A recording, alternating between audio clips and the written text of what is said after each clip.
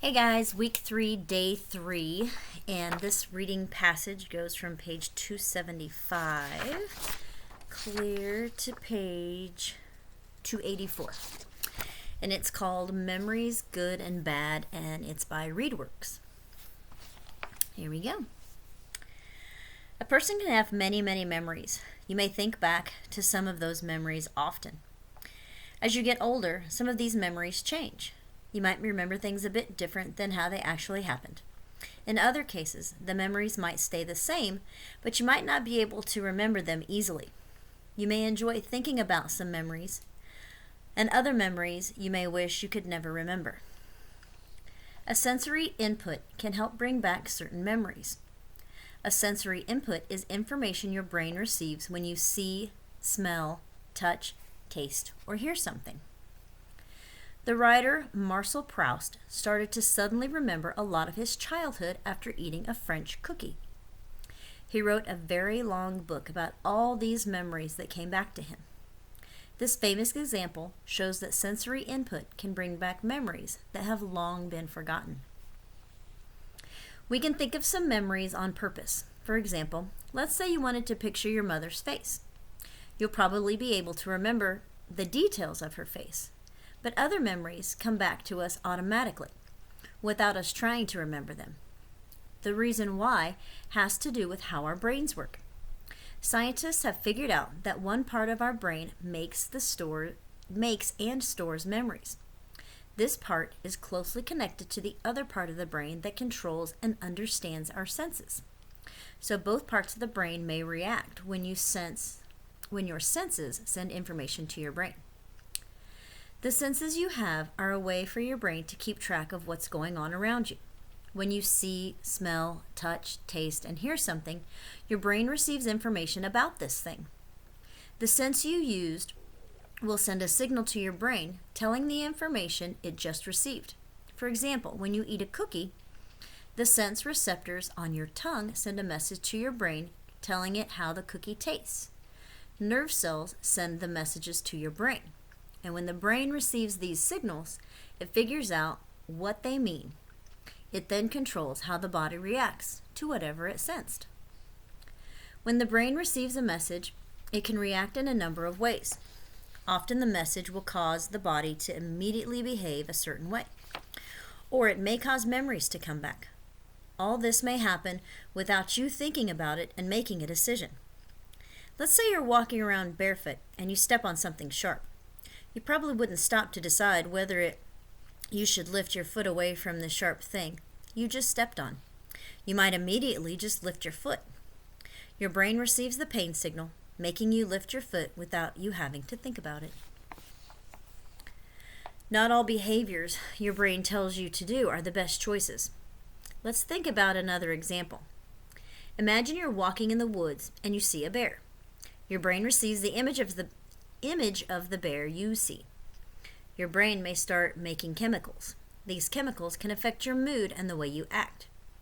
If you see a bear, your brain may start producing a chemical that can increase your energy and cause you to become more energetic and quick to react. It may even make you want to run. This is because your brain might have learned from experience that it is a good idea to run from danger. But running from a bear is a bad idea.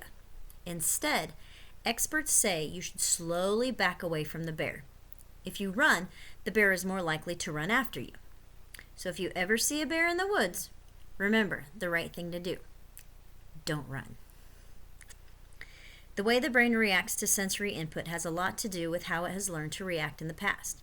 For example, think about soldiers who go to war. When they are in battle, they often don't feel safe.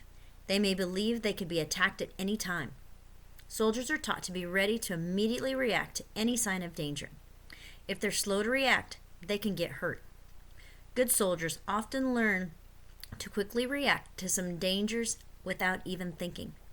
This is similar to how people react to stepping on something sharp by quickly moving their foot away without even thinking. For example, if soldiers hear a gun being fired, they may immediately drop to the ground so they don't get hit. The longer soldiers stay at war, the more their brains can become used to reacting in this way. Their senses may pay attention to things they normally don't notice before the war. For example, their noses may become better at noticing smells that can come from danger. Their ears may become better at picking up certain sounds. And their sharp senses help them stay away from danger. So their brains tell them to keep using their senses in this way. These reactions may be helpful to soldiers when they're at war, but they may not be helpful when they're back home where it is much safer. In fact, soldiers have to work on getting used to being in a place where there isn't a lot of danger. They need to try to react to certain inputs differently from the way they reacted to them while at war. They need to train their brains to do this. For example, picture the soldier at battle, hearing airplanes go by. Their brains may have reacted to this sound by making chemicals that prepared the soldier for action. But soldiers most likely won't need to get ready for action if they are back home when they hear a plane. Soldiers may be flooded with memories of war when they receive certain sensory inputs.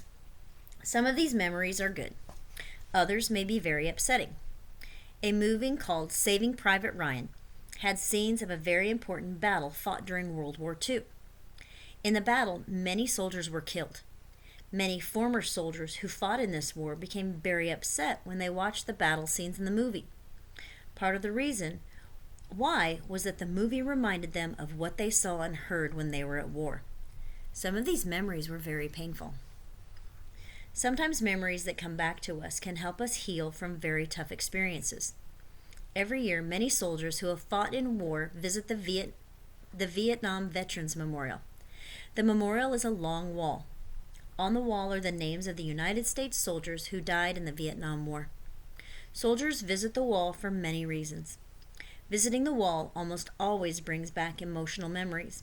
Seeing the names and touching the wall can hurt, but it can also remind people of friends who died in war. Without the wall, these memories might never come back. So if I can make a suggestion to you while you're in your quarantine with nothing to do, ask your parents if you can watch the movie Saving Private Ryan. Very good movie. All right, that's it for the reading passage. Stay tuned for vocabulary.